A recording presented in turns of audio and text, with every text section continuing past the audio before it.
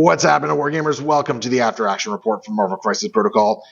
Brotherhood versus Avengers. And off camera, we were just commenting, weird game. Yeah. I don't think either of us were really seeing great dice results there. No.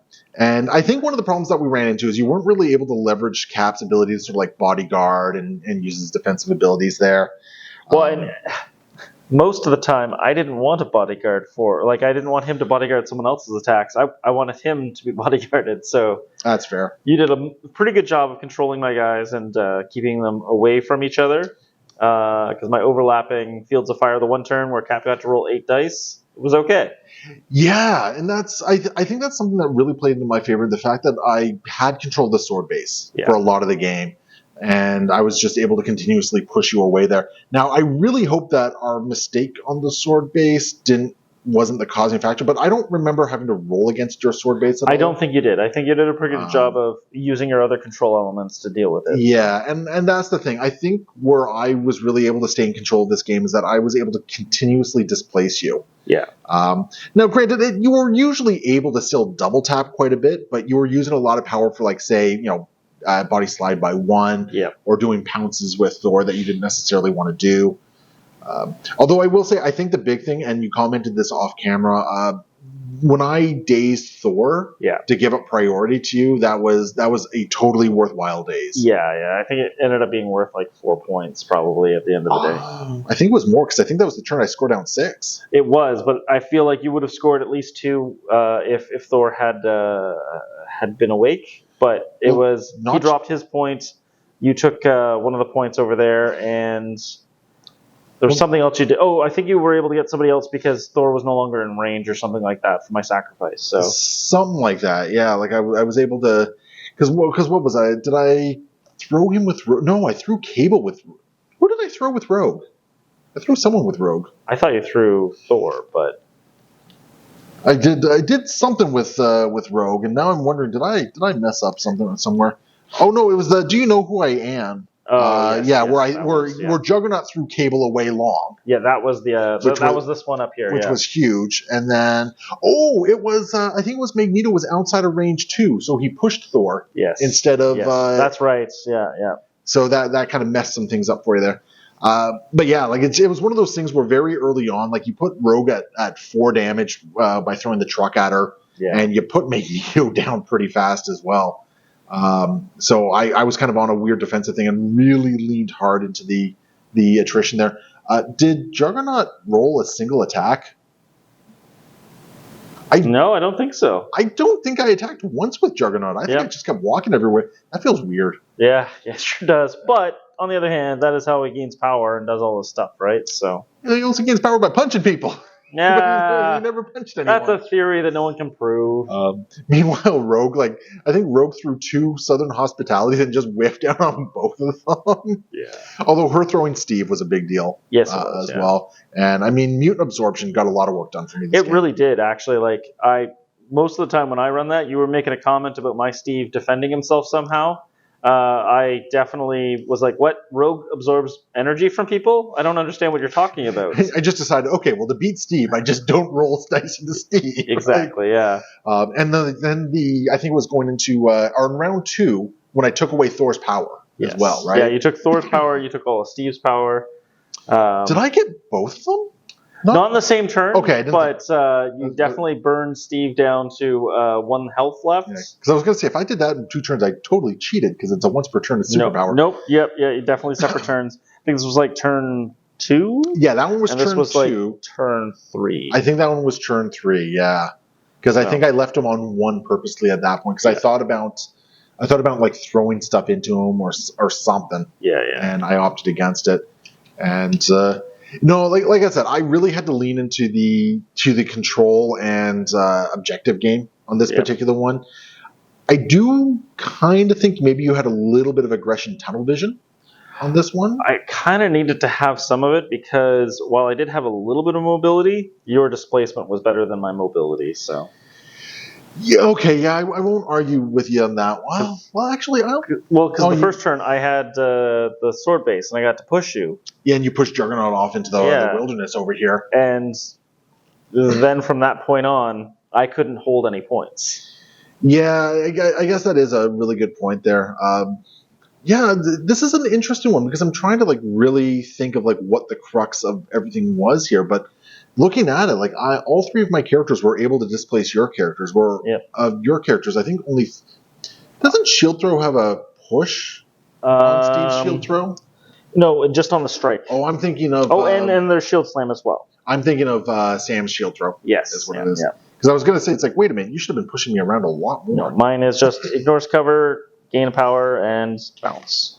Yeah, no, that makes sense. And yeah, you never pushed or advanced Juggernaut with a superpower or attack, so we're good there. It was very, very interesting game. Like I feel like I'm trying really hard to analyze this one because I'm trying to make sense of everything that happened there. But I think a lot of our moves were mostly forced moves. There was definitely a turn with Thor where I was back here and I'm like, I can move over here, have at thee, and I'm like, but I don't do anything. The scroll pushing you hurt. Yeah, it did. And the problem that you're in at that point is like, sure, you'd be scoring 3 points right there. Juggernaut then just walks up, takes Steve down anyway. Well, the plan would have been to try to take Juggernaut down. I don't know. That would have been a tricky one because I always had the power for the damage reduction. I was rolling plenty of dice to defend against it. It would have been the 10 dice, 2 10 dice attacks would have been decent enough, right? So, and then I could also have at the into you.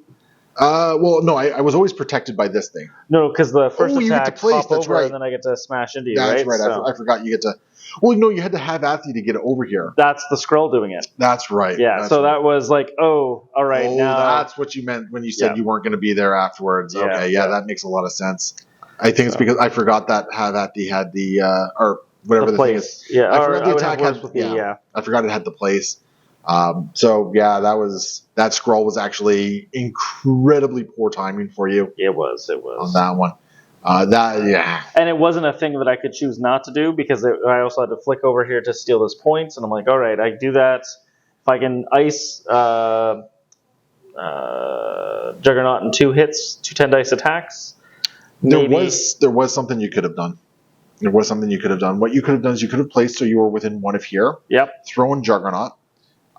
Depending on if I make a ruckus or not, you could have attempted to flip this point. Then you could have walked over and flipped that point.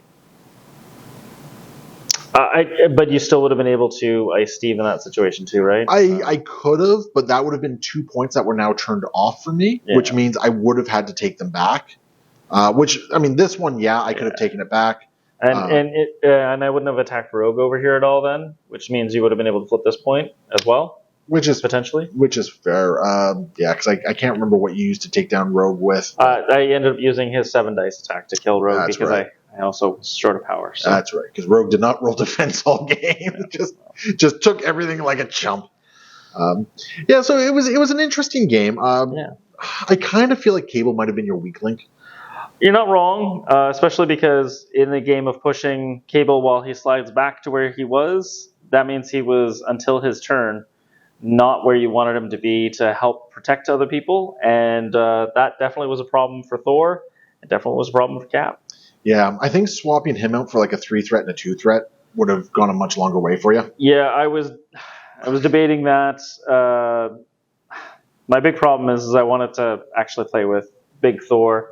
Originally, I thought he was in the Avengers, and alas, he is not. So no, that's one of his big problems, that he is not Avenger, sadly. Yeah, and a lot of people are upset about that, but it happens. And Cable was kind of fit in there because the other thing is when I set up this list, it was actually I read the wrong Thor, of course, and so, you were looking at the Prince of Asgard. So I had 5 threat Thor, Cap, Shang-Chi, and Black Widow, and I was like, oh, this is okay.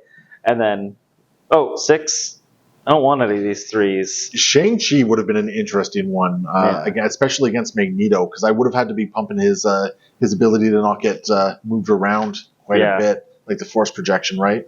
It's only push to a throw, you could have advanced me or placed me, but that Shang-Chi would have been an interesting one. I might have had trouble dealing with him in this game, to be honest. But So anyways, I enjoyed playing Thor. It was fun, but I think with Steve's leadership, he needs... you need a couple more bodies. Yeah, a little more support. Not necessarily support, but a little more things going on because Thor can't do it all. Yeah, no, Thor can't do it all, and that was definitely what was going on in this game. And Thor, I think you were leaning very heavily on Thor. Not to say Cable didn't do anything, but he didn't pull the weight that a 5 threat needed to in this game. Yeah, his kind of weak Askani Sun is not ideal. We don't talk about Askani Sun. It's awful. 5 dice with rerolls, so much better. Yeah, but yeah, so there we go, guys. Brotherhood Magneto victory over the Avengers. Very interesting game. I think this was an interesting one to analyze. Yep. And I did still have fun, and even with our really weird dice going on this game. Neither of us got dice, but neither of us had strong dice either. No one felt good about dice in general. Yeah. That's the way I guess it's supposed to be. There we go. We compromised on dice, and nobody felt good about it. There we go. So, guys, thank you so much for watching. This I think will be Troop's last game of the season with us, because he's going to go visit loved ones for the holidays. So I'm going to have some other guests on hopefully for the next couple weeks. So we'll see what happens on that one, and we'll see you next time. Happy wargaming.